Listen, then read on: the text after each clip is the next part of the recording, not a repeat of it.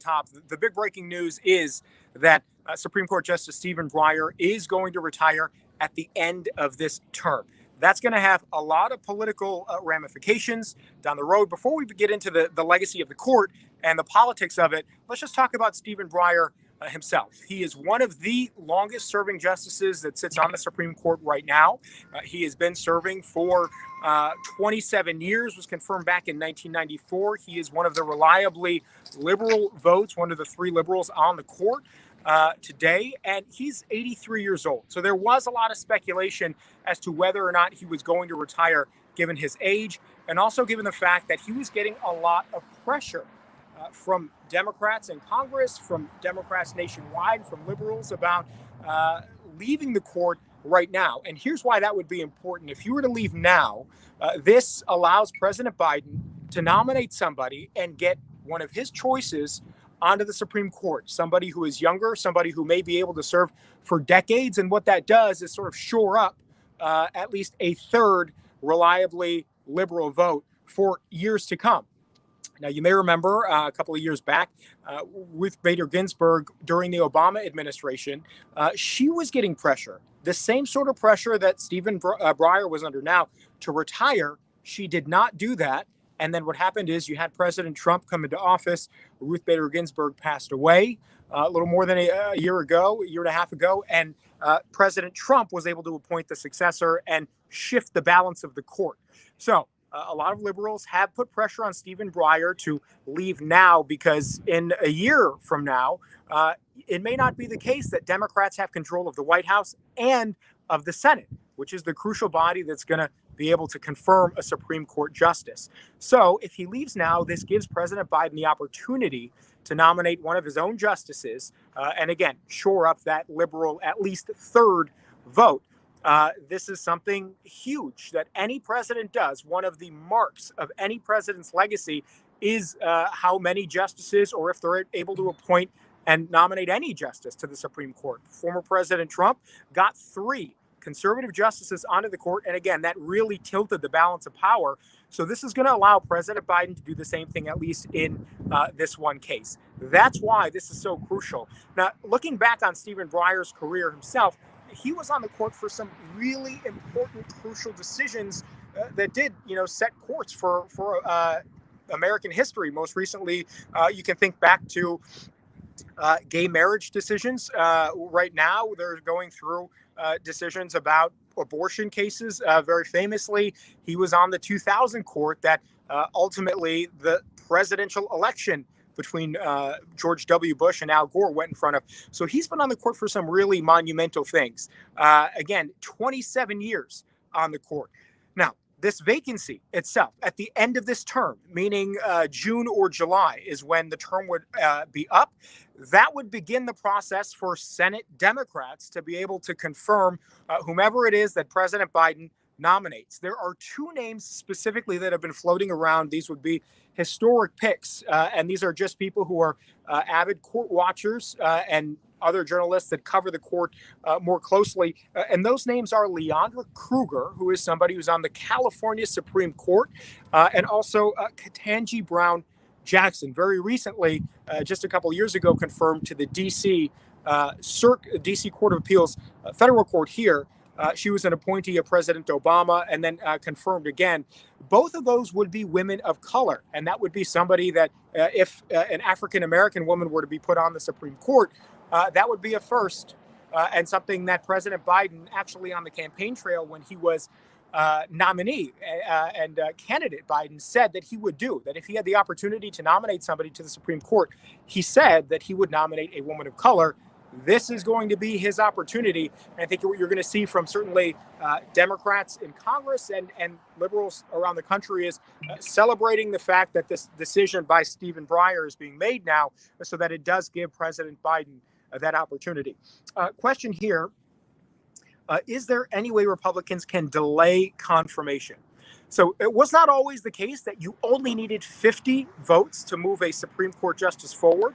It is the case now. The Senate changed rules a couple of years ago. It was actually Republicans that ultimately changed that rule and lowered the threshold to 50 votes. So the only way that Republicans would be able to block this nomination would be if they were to get any one Democrat to vote against this nomination. You're going to have hearings. You're going to have the nominee, whomever this person is, before the Senate, asking questions in committee. If there is one senator on the Democratic side who goes the other way and would vote against this nominee, and we're assuming that all of the other Democrats would vote for this person, that would be the only way Republicans can do it. So truthfully, Republicans, if the hope is to block this nominee, it doesn't look good.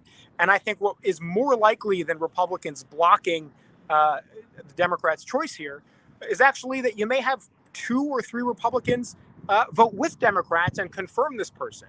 It's the case, certainly, when we talk about legislation, when we talk about the Build Back Better bill, that Senators Manchin and Sinema, you've heard their names, they've been in the news a lot. They went against President Biden's agenda, and they voted that they were just simply were not with Democrats, and so Democrats couldn't move forward. I think it's going to be a lot different of a case when you have a Supreme Court justice who certainly has been qualified. People on the Senate now have already confirmed some of these justices who are federal court judges. So their qualifications, you may argue, have already spoken for themselves. And I think it is really unlikely that Republicans would be able to do this now. Another question that we're getting: could it affect the general temperament of the court? What kind of justice is he? Temperament of the court, I guess, in terms of usually the court has this reputation for being very cordial, collegial with each other. It's going to depend on whoever the person that is nominated and ultimately takes his place, how they interact maybe with the other justices. I can tell you that, certainly Congress at this moment is very divided.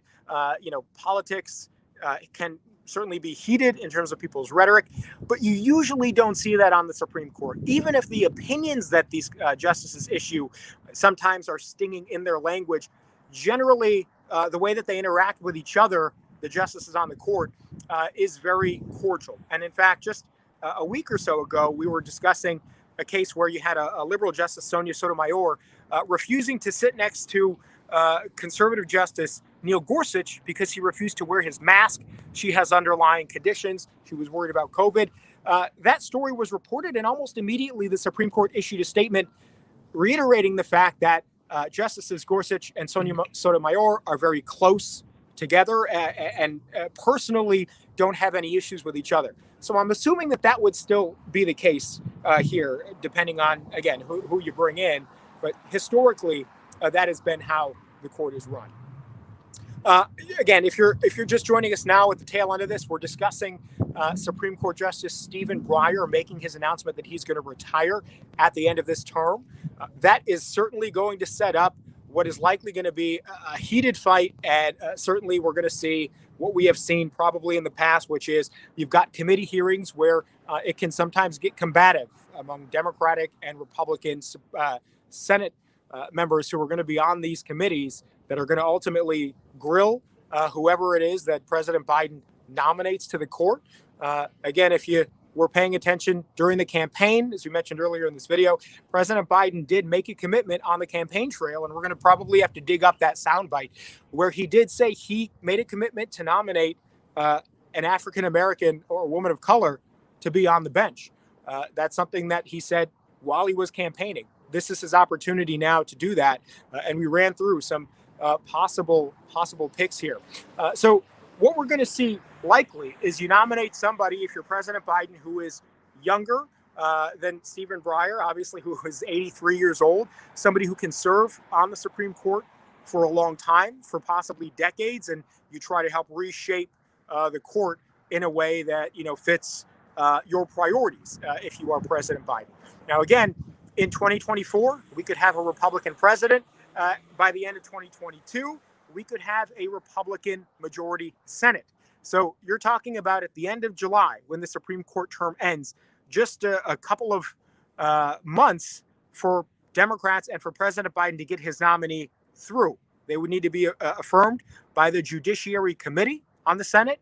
They would need to be confirmed by the full U.S. Senate. And then ultimately, they would need to be confirmed.